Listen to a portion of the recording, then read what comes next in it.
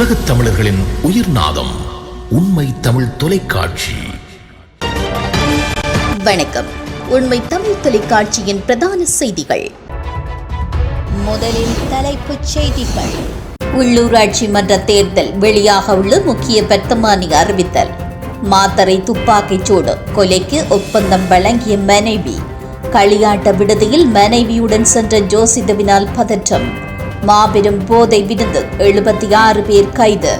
இனி விரிவான செய்திகள். எதிர்வரும் உள்ளூராட்சி மன்ற தேர்தலில் வேட்பாளர் ஒருவர் பிரசாரத்திற்காக வாக்காளர் ஒருவருக்கு செலவிடக்கூடிய தொகை தொடர்பான வர்த்தமானி அறிவித்தல் எதிர்வரும் நாட்களில் வெளியிடப்பட உள்ளதாக தகவல்கள் வெளியாகியுள்ளது. உள்ளூராட்சி மன்ற தேர்தல் சட்டத்தின்படி தேர்தல் திகதி அறிவிக்கப்பட்டு 5 நாட்களுக்குள் குறித்த வர்த்தமானி அறிவிப்பு வெளியிடப்பட வேண்டும். இதன்படி உள்ளூராட்சி மன்ற தேர்தலின் போது வேட்பாளர் ஒருவர் வாக்காளர்களுக்காக செலவிடக்கூடிய ஆகக்கூடிய தொகை அடங்கிய வர்த்தமானி அறிவிப்பு எதிர்வரும் 25ஆம் தேதிக்கு முன்னதாக வெளியாகும் என்ற தகவல்கள் தெரிவிக்கின்றன. இது தொடர்பாக அங்கீகரிக்கப்பட்ட அரசியல் கட்சி செயலாளர்கள் உள்ளிட்ட பிரதிநிதிகளிடமிருந்து தேர்தல்கள் ஆணைக்குழு கருத்துக்களையும் பரிந்துரைகளையும் பெற்றிருந்தது. இந்த நிலையில் ஒவ்வொரு பிரதேசத்திலும் உள்ள சனத்தொகை அடர்த்தி மற்றும் நிலப்பரப்பை கருத்தில் கொண்டு குறித்த தொகை தீர்மானிக்கப்பட்டு விரைவில் அறிவிக்கப்படும் என தெரிவிக்கப்பட்டுள்ளது. இதேவேளை உள்ளூராட்சி மன்ற தேர்தல் எதிர்வரும் மே மாதம் 6ஆம் தேதி நடைபெறும் என்று தேர்தல்கள் ஆணைக்குழு அறிவித்துள்ளமை குறிப்பிடத்தக்கது. மாத்தறை தேவேந்திரமுனை பகுதியில் இருவர் சுட்டுக் கொல்லப்பட்ட சம்பவம் தொடர்பில் கைதான மூவரில் குறித்த கொலைக்கான ஒப்பந்தத்தை வழங்கியதாக கூறப்படும் நபரின் மனைவியும் அடங்குவதாக போலீசார் தெரிவித்துள்ளனர். நேற்று கைது செய்யப்பட்ட குறித்த சந்தேக நபர்கள் கந்தர மற்றும் தேவேந்திரமுனை ஆகிய பகுதிகளை சேர்ந்தவர்கள் என்று தெரிவிக்கப்பட்டுள்ளது. இந்த சம்பவத்திற்கு முன்னதாக கெஹி எதிரர் ரங்க என்ற நபர் துப்பாக்கிச் சூட்டில் உயிரிழந்த நபருக்கு கொலை மிரட்டல் விடுத்ததாக போலீசார் மேற்கொண்ட விசாரணைகளில் தெரியவந்துள்ளது. அத்துடன் கடந்த காலங்களில் குறித்த இரு தரப்பினருக்கும் இடையில் மோதல்கள் இடம்பெற்றதாகவும் இந்த நிலையில் கெஹி எதிரர் ரங்க என்ற சந்தேக நபர் கொலைக்கான திட்டத்தை வகுத்திருக்கலாம் என்றும் போலீசார் சந்தேகம் வெளியிட்டுள்ளனர். கடந்த 21ஆம் தேதி நடத்தப்பட்ட இந்த துப்பாக்கிச் சூட்டின் போது உயிரிழந்த நபர் இதற்கு முன்னதாக ஐஸ் ரக போதைப் பொருளுடன் கைது செய்யப்பட்டதாகவும் தெரியவந்துள்ளது. எனினும் குறித்த துப்பாக்கிச் சூட்டில் உயிரிழந்த மற்ற நபர் மீதும் இதுபோன்ற குற்றச்சாட்டுகள் ஏதேனும் பதிவாகவில்லை என்று போலீசார் மேலும் தெரிவித்துள்ளனர்.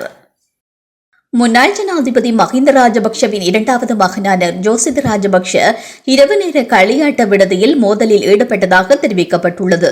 இந்த சம்பவம் நேற்றிரவு இடம்பெற்றதாக போலீசார் தெரிவித்தனர். கொழும்பில் உள்ள விடுதிக்கு சென்ற ஜோசித ராஜபக்ஷ அவரது மனைவி உள்ளிட்ட குழுவினர் குழப்பம் விளைவித்ததாக தெரிவிக்கப்பட்டுள்ளது. விடுதியில் பாதுகாப்பு நடவடிக்கையில் ஈடுபட்டிருந்தவர்களால் வழங்கப்பட்ட அறிவுறுத்தலை ஜோசித தரப்பு ஏற்க மறுத்தமையினால் முருகல் நிலை ஏற்பட்டதாக போலீசார் தெரிவித்துள்ளனர். இது தொடர்பில் மேலும் தெரிய வருகையில் இரவு விடுதியின் வழக்கமான நுழைவு நடைமுறைகளின் ஒரு பகுதியாக பாதுகாப்பு ஊழியர்கள் அடையாள மணிக்கட்டு பட்டைகள் அணியுமாறு கூறியுள்ளனர். இதற்கு அந்த குழு இணங்க மறுத்ததால் பதற்றமான சூழ்நிலை ஏற்பட்டு அது மோதலாக மாறியுள்ளது. இது உடல் ரீதியாக வன்முறையாக மாறியதாகவும் போலீசார் தெரிவித்தனர். இதேவேளை இந்த சம்பவம் குறித்து போலீசாருக்கு தகவல் வழங்கப்பட்டுள்ளது. ஜோசித குழுவின் தாக்குதலுக்குள்ளான பாதுகாப்பு பணியாளர்கள் காயமடைந்த நிலையில் வைத்தியசாலையில் அனுமதிக்கப்பட்டுள்ளனர். இந்த சம்பவம் தொடர்பாக போலீசார் மேலதிக விசாரணைகளை மேற்கொண்டுள்ளனர். பேஸ்புக் விருந்து பிரச்சாரம் இடம்பெற்ற இடம் ஒன்று சுற்றி வளைக்கப்பட்டு 15 இளம்பெண்கள் உட்பட 76 பேர் கைது செய்யப்பட்டுள்ளனர். சீதுவ போலீஸ் பிரிவின் கிதைகொட பெல்லானுவத்தை பகுதியில் உள்ள ஹோட்டல் ஒன்றில் நேற்றிரவு இந்த குழு கைது செய்யப்பட்டதாக போலீசார் தெரிவித்தனர். இந்த விருந்தில் கலந்து கொண்ட இளைஞர்களும் யுவதிகளும் ஐஸ் மற்றும் கஞ்சாவை பயன்படுத்தியதாக கூறப்பட்டுள்ளது. சந்தேக நபர்களிடமிருந்து ஐஸ் போதைப் பொருள், கேரளா கஞ்சா மற்றும் சட்டவிரோதமாக நாட்டிற்கு இறக்குமதி செய்யப்பட்டிருந்த சிகரெட்டுகளும் கைப்பற்றப்பட்டுள்ளன.